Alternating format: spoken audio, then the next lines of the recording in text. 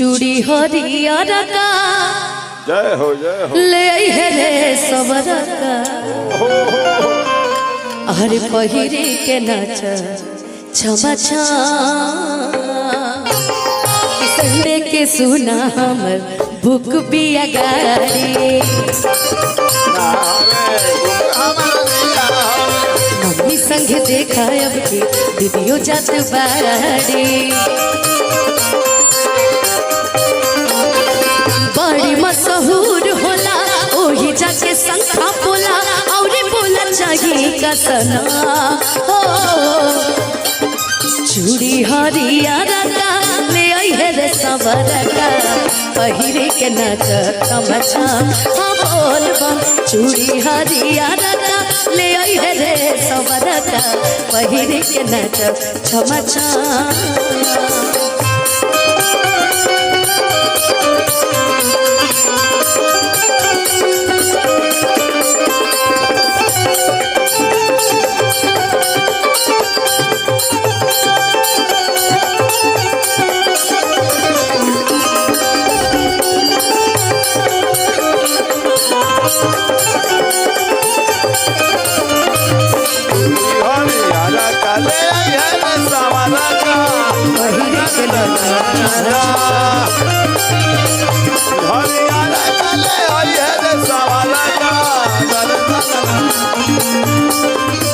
मान पर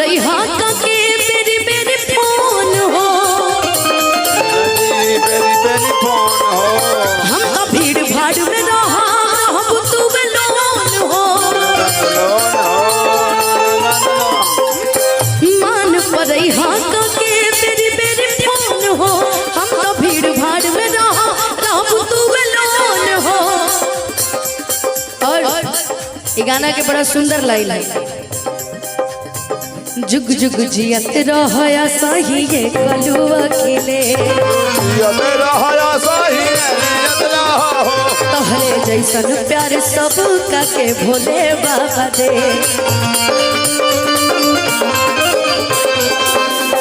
जा जल्दी लेट होई कैसे हमारा भेंट होई जा जल्दी लेट होई कैसे हमारा भेंट होई तू ये दिन दूर रहो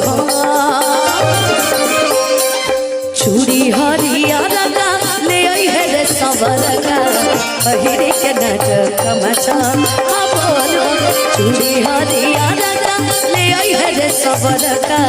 पहिरे के नाच छमचा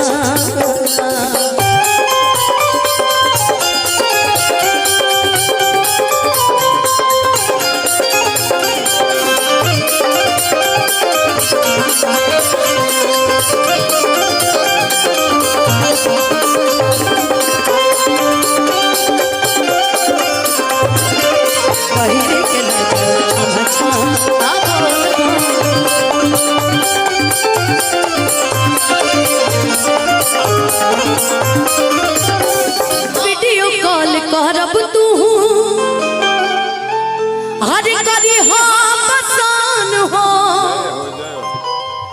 अरे यही बहाने हुई बाबा दर्शन हो कि तोहर मम्मी पापा संगवे में यही है हो कि घड़ी घड़ी कर फोन का कही है हो कि जा जल्दी लेट होई हर कैसे हमारा भेंट होई कि जा जल्दी लेट होई हर कैसे हमारा भेंट होई तू ये दिन दूर रहो। अब वो लोग हाथ उठाएंगे जो सामने हैं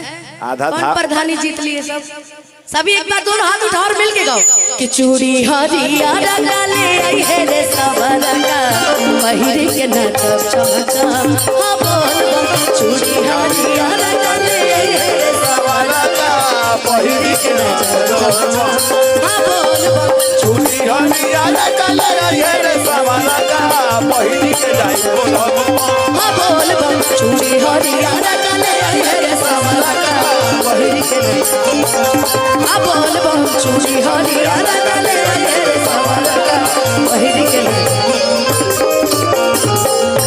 बाबा प्रेम से बोलिए हर हर। हर महादेव। हम देख रहे हैं इसमें कई लोग शांत बैठे हैं।